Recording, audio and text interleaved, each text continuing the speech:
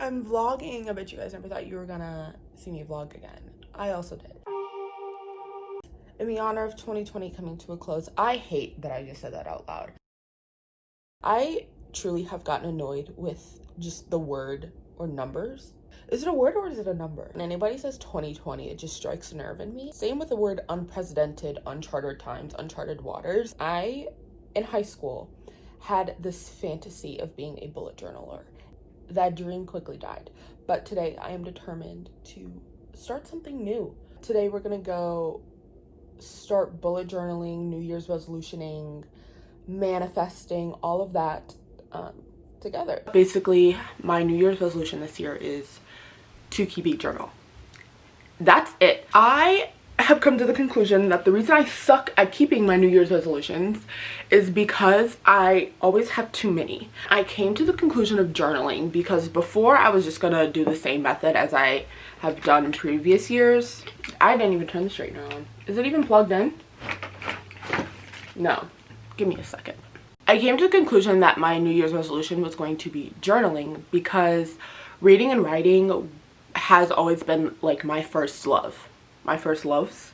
My first two passions in life were reading and writing. I read for school, but I don't really read for pleasure as much as I would like to. And same thing with writing. I don't really do it for fun anymore. I journal here and there, but I'm nowhere nearly as consistent as I used to be. I want to get back on track with that because what I was going to do instead, like just do my normal method of having like 2 or 3, 4, 5, 10 goals to achieve during the year, it was just going to be listening to others and myself. And then I got to thinking, journaling would probably help me do that anyways. So maybe by journaling, I will end up achieving other goals that I would have set for myself anyways.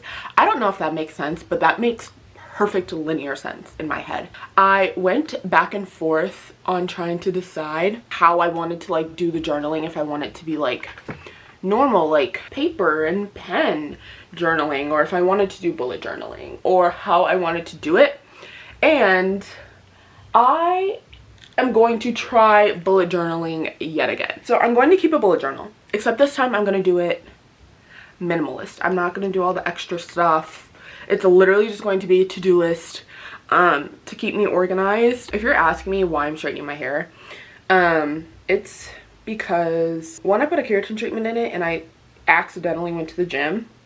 It actually wasn't an accident. I very intentionally went to the gym and my roots got a little icky. I have come to the conclusion that the reason I don't journal as much as I used to is because I have this idea in my head that I need to journal the same way as I did when I loved it the most, which was like when I was, I don't know, 7, 8, 9, 10, 11, 12. My life just isn't the same as it was back then. Just fundamentally isn't. I could make the time, but I know myself and I won't. So I had to back it up and come up with a new version of what journaling was going to look like for me. I'm going to go on record. I think that pen and paper is one of the best technological advances humanity has ever encountered. But you know what sucks about the pen and paper combo? Hand cramps. And it takes too long. So I decided I'm going to give myself grace.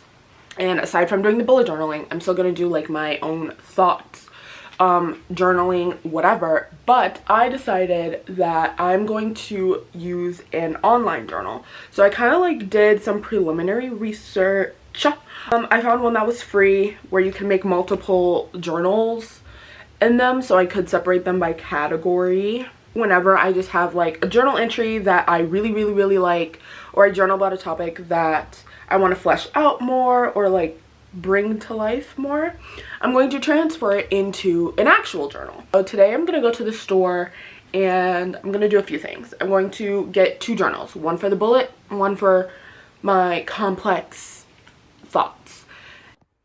Okay, it's Taylor from the future editing this video. So I, on the way to the store, realized that this is a very ambitious plan. So I ended up just buying a bullet journal online that was already like doodled in. I'll put a picture of the site where I got it on here. so that I could still have the effect of a bullet journal but not having to actually put in the effort of maintaining it. Okay, so I am downtown. I successfully drove without crashing my car. That is victory. Because driving downtown is not my forte. But I'll see you in the store.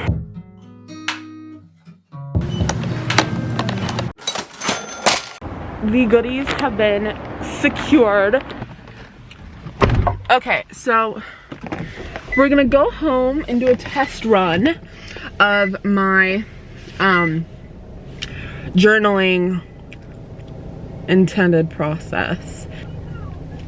Let's get into it. These are the things that I picked up from the store: this ruler, a circle maker, some stamps, and then the ink pad. And this is the journal that I decided to go for. I got these Copic pens. I'll put them down in the description. This Jelly Roll white pen, another black pen. These two I already had, a Muji pen and a Micron pen. I'm using the Leuchtturm 1917 journal. You can get these a lot of places. I've seen these at Barnes & Noble even, so they're super accessible.